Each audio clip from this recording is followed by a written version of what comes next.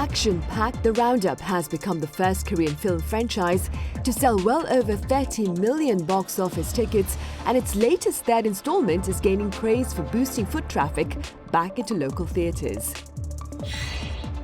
So what's behind the popularity of this movie series? What more can be done to keep people going to the theatres? And what other films are worth watching on the big screen? Welcome to Issues and Insiders. Today we revisit local theatres where a Korean action movie has been garnering quite a bit of attention. For more, I have Professor Jae Soh from the Seoul Institute of the Arts here in the studio with me. Professor Soh, it's been a while. Welcome back to the studio. Well, thanks for having me. I also have Jason Bechervaise, film critic and professor also at Kyungdong University here with me as well. Professor Bechervaise or Jason, welcome. Well, thank you for having me. Right, Professor, so let's begin with the significance of the milestone set by the film franchise, The Roundup, which has, I believe, surpassed 30 million ticket sales. Yes. What are your thoughts regarding that? So, yeah, it's first of its kind that you have one film in a series that has done that well. It started in 2017 with The Outlaws, and basically it's a crime city series, as we call it. And of course, the main star is Ma Dong-seok, who's now known around the world because he was in a Marvel movie, The Eternals. But basically, he is a detective that goes after sort of gangs. So a lot of the premise of the story is they involve gangs that are from another country. So the first one was about Chinese Korean gangs. And then the second movie happened in Vietnam. So there's a kind of foreign element in it. And it's a kind of a genre of Korean films, which is the crime genre, which Ma Dong-seok has kind of put a new face on. And it's really hit with the audiences.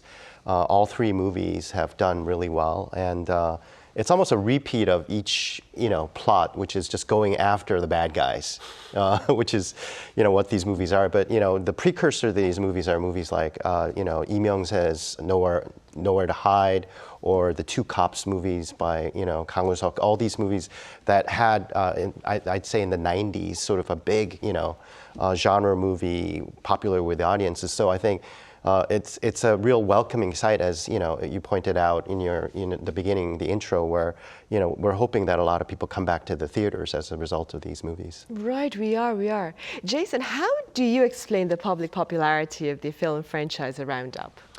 Yeah, well, I think it has all the ingredients for a film to do well. It's got, the action sequences are well choreographed. It's got some really good, interesting characters. You've got the Ma Dong-seok kind of action persona, and then also in contrast or opposite him, you've got some good villains, particularly in the first and second film. I think a film to look at, actually, Professor Soh mentioned several films, but I think more recently an important film that did very well, I think that led to a film like The Outlaws, which is the first of the Roundup series, is Yoo Sung-won's Veteran. Now that film performed extremely well at the box office, and it combines it's a very simple film, but it combines action with comedy, and it's just that perfect formula. And I think the Outlaws film it follows that, and was a surprise hit in Chuseok. And then the Roundup, its sequel, basically followed the same ingredients, albeit on a somewhat bigger scale. It was set partly in Vietnam, and then in the second half of the film, you have these really thrilling set pieces. And it's just a lot of fun. When you go to the cinema, that's what, you get all sorts of different films, of course, and some people want something more intellectual, others may want something more romantic, but I think a lot of people would want something enjoyable, entertaining, and that's very much what these films do.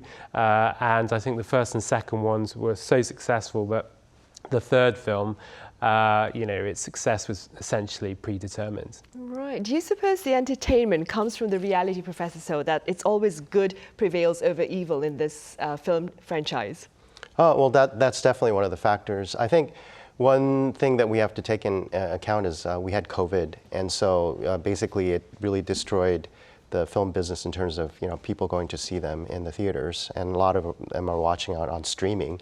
But I think as soon as COVID was got relaxed, and people are coming back to the theaters, I think they were wanting to see something familiar.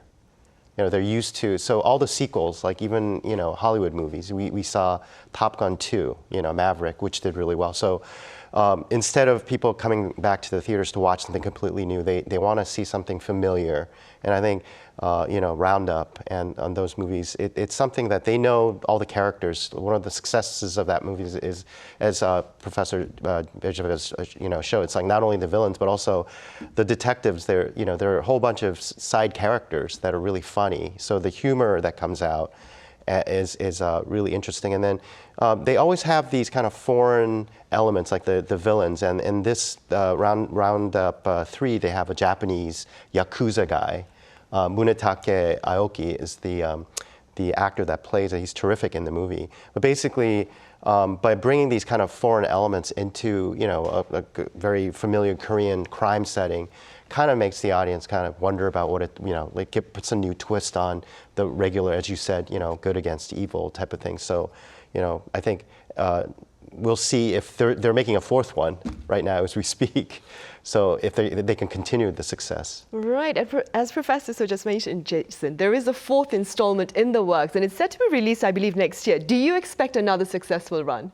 Yeah, it will be successful. Whether it's as popular as the other films, we'll have to wait and see. I think there's a general consensus, though, with the third film that it wasn't as good as the first two. And so the producers need to be somewhat careful, I would argue, because when I watched the third film, there was an air of complacency. I mean, it was just kind of run-of-your-mill kind of action film. And it wasn't a bad film, but I think there were too many villains. It wasn't as focused, and the action set pieces weren't as, I guess, ambitious. Sometimes that can be a bad, having an overly ambitious film, that can be a bad thing. But certainly the second half of the second film, the action sequences were absolutely fantastic, less so in the third.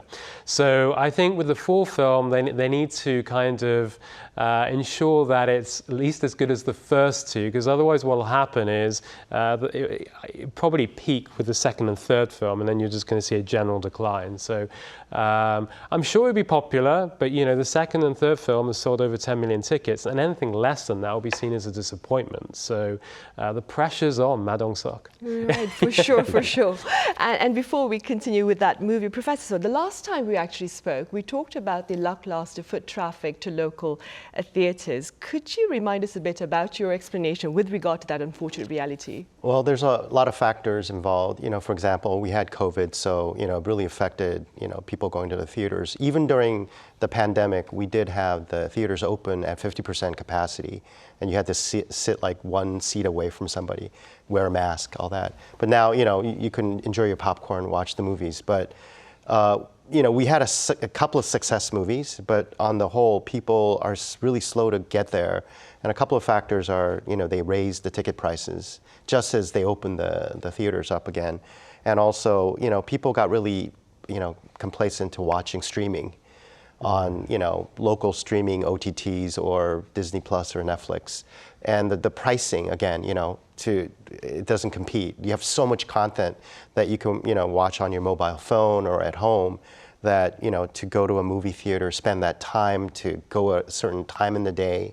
I think movies that were kind of blockbuster or like, sci-fi movies or spectacle movies are the ones that people were like, okay, I'll invest, this much time and money to see these movies. But if it's like a regular romance movie, a lot of people are like, I'll just watch it at home when it comes out on streaming. So those are kind of factors that really kind of made people, stop going to the theaters. But I'm hoping with the weather change, right now it's very hot in Korea. And even though you have air conditioning at home, we say 답답해, which is like you want to get out of the house.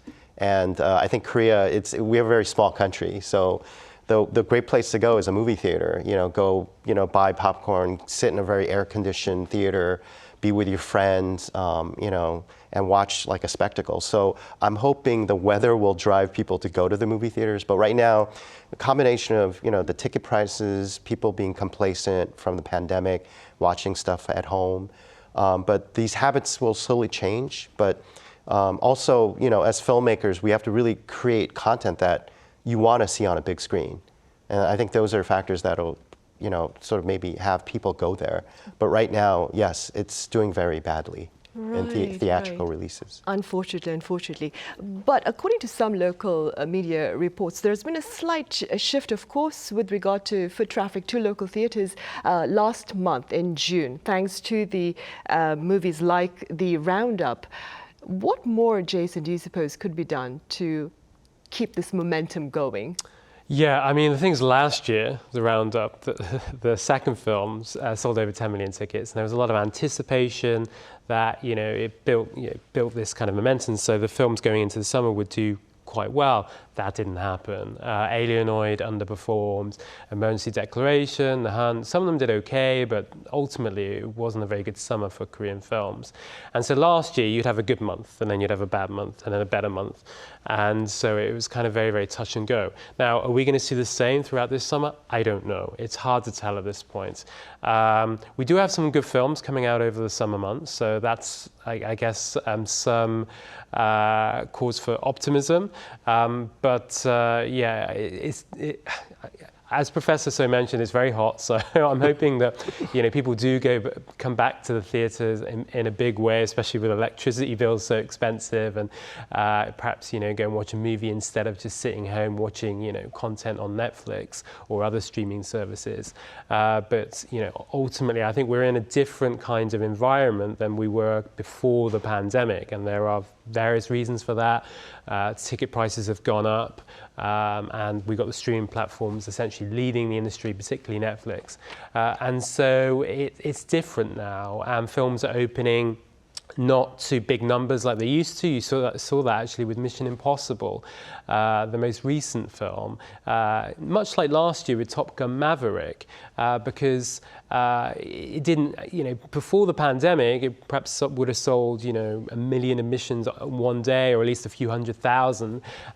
Yet this year, well, certainly with Top Gun and also again with Mission Impossible, just not doing badly, but not to the same kind of numbers as before. But what they are doing is they're playing over a longer period. So Top Gun Maverick was in theatres for weeks and weeks and weeks. People were waiting to see it on those, the big screens, so the IMAX screens or the Atmos screens. They want to see it in its kind of full glory, so to speak. And that's probably what's going to happen with Mission Impossible. It's going to happen with Oppenheimer, that opens later on this summer, and it will hopefully happen for the summer Korean films as well. And so premium formats are becoming more important for distributors and also exhibitors. So it's just a different environment now. Right, it really is. Professor Soh, what are some other movies that we can look forward to at theatres here? There are local movies that are coming out. There's some, as Professor Bechervaise pointed out, some really good ones coming out. Right now, I'd recommend The Smugglers, 밀수, which is coming out really soon. And that one has Kim Hae-soo, Jo In-sung, like big, stars. And I haven't seen it yet, but Jason saw it and said it was really terrific. And that movie is about basically smuggling, and it's happening in the seas, things like that. Another movie I would recommend is a big sci-fi movie called The Moon, which is coming out. It's directed by Kim Young-hwa, who did the series on the gods. And so there's a big sort of like a blockbuster sci-fi movie based on like a story about Koreans having a base on the moon. So that's one that's coming up. And then another one is called Ransomed, which has Ha Jung-woo, and that movie is basically another kind of an action thriller like Mogadishu type of thing, where it's happening in Lebanon. So that movie is a big kind of like everybody's waiting to see that one. And then I would say there's with Hunt, as you mentioned, that was by Lee Jung-jae, an actor who directed it, and then his partner in crime, Jung Woo-sung, who's also another action star, has a movie called Man with Reason, which basically it's another one like a gangster film that he's directing. The actor is also starring in it. So kind of action-packed science fiction movies, genre movies that are coming out. So hopefully these will entice the audiences to go. And I want to harp on the heat again.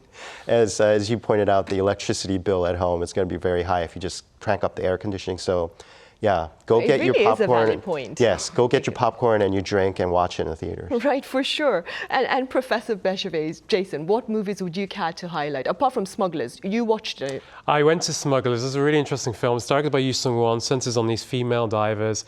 It's really good, and it focuses on female characters, and so I think that's a very interesting aspect of the film. And Yoo Sung-won is he's a so-called action maverick in Korea. He's made some great films. I mentioned Veteran, also so many films, City of Violence, The Berlin File, and this film was screened to press earlier on this week. And it was so well attended by the local film industry. I was in an IMAX screen, one of the biggest IMAX screens in the world, and it was almost full. And it was such a great atmosphere in there. It's really fun. It's set in the 1970s, and it has this really fascinating aesthetic. Because I teach Korean cinema to students, and we look at films from the 60s and also the 70s. And this film kind of pays homage to films in the 1970s, and many of them actually centered on women, and these female characters. And so it's a terrific film. It's got lots in it. It's incredibly thrilling. So I recommend that. And I also saw Professor Jae Soh mentioned Ransom. This is directed by Kim Song-hun and stars Ha Jung-woo and Joo Ji-hoon. That's set in Beirut in the 1980s, so around the time of the Seoul Olympics. That's also very good. Kim Song-hun's known for kind of combining kind of humor with social critique, and so he made films such as Tunnel and A Hard Day that screened at the Cannes Film Festival, and that was a lot of fun too. So he's able to kind of handle the kind of shifts in tone. And so I've seen two of the summer films. I haven't seen the other two. So The Moon is one of the other films, directed by Kim Young-hwa, as Professor So mentioned. There's also another film called Concrete Utopia, which stars Lee Byung-hun. Big earthquake strikes Korea, so it's one of these kind of disaster films. There are so many disaster films in Korea, which I think is an interesting genre. So I'm keen to see that. That screens to press, I think, in a couple of weeks. So there's a lot there for Korean audiences, and at least two of the films are very good. So fingers crossed that we can have a summer where Korean films are performing. Right, hopefully. Professor, so a number of Hollywood stars, including 톰크루즈 and Mago로비, they've been here in Korea to promote their latest productions. What are the broader implications of such prominent calls by these stars on the local audience? Well, Korea is a very important site for Hollywood. Basically, they benchmark our country because supposedly, this is what I heard from an insider, is that Korean audiences are one of the toughest audiences to kind of break through. So if you do well in Korea, it's a sign that it'll do well all over Asia and the rest of the world. So before the pandemic, they would sometimes release the movie at first in Seoul before it does it even in America, just to see how it does. So people like Tom Cruise and a lot of Hollywood stars, they definitely see Korea as an important market, even more so than maybe Japan.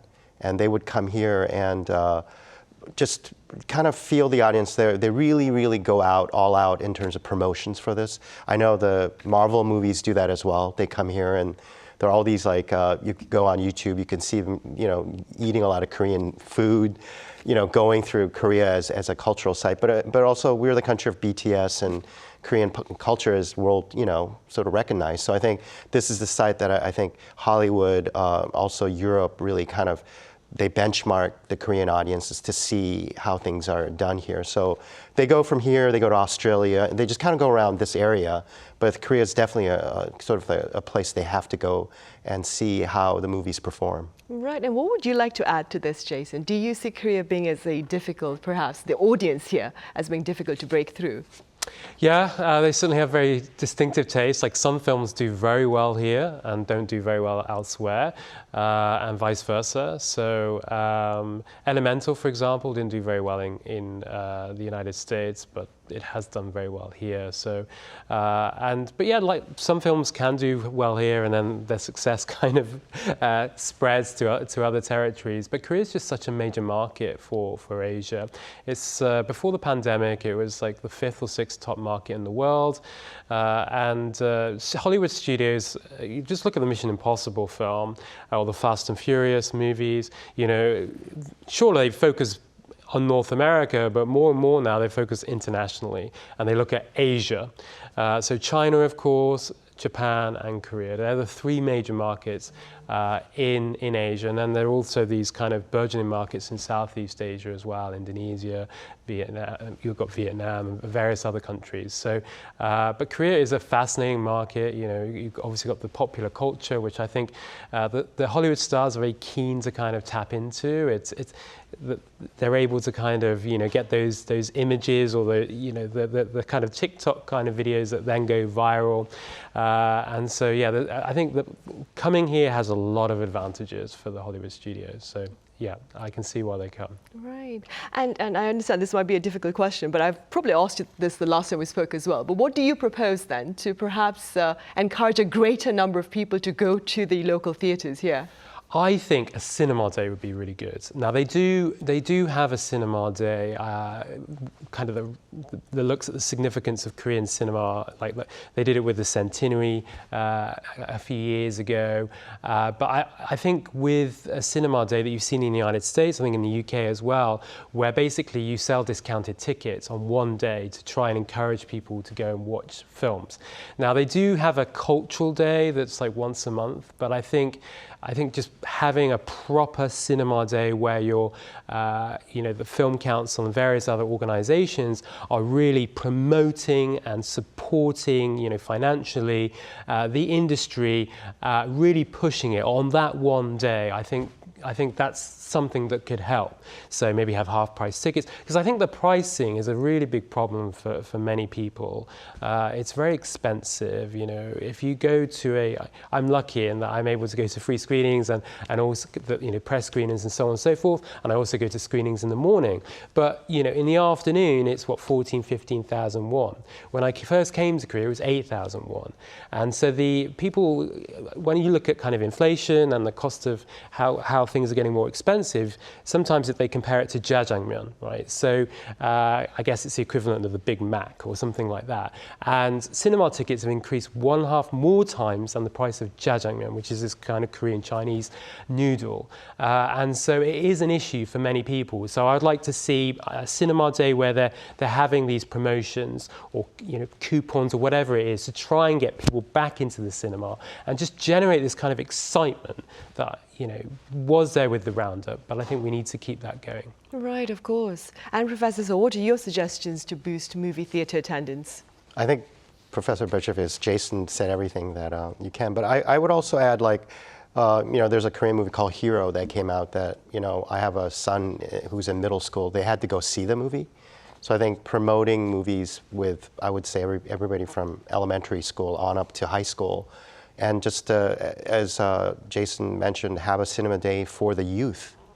Bring everybody to the cinema. Basically, it's free for children or something like that. Where if you have the youth and the youthful population in Korea being really excited about it.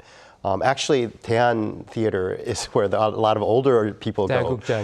They go there to watch, and I was really fascinated. They hang out there all day long. Yeah. So I think there's a way you can promote just going to the theater as an experience that goes across generations, that it should be cheaper, as you pointed out. But because they had such a big financial hit during the pandemic, they had to raise it, but they raised it at the wrong time, I think. So I think they have to do more promotion with other marketing companies and try to lower the costs. And really, they have to try harder to get them into the theater marketing. Yeah. Right, hopefully. All right, Professor Soh, as always, thank you so much for your time and your thoughts. And Jason, Professor Bechervaise, thank you very much for your time. Thank you for having me, as always. Right, well, that ends this edition of Issues and Insiders. Thank you for watching. See you same time tomorrow. That is Friday.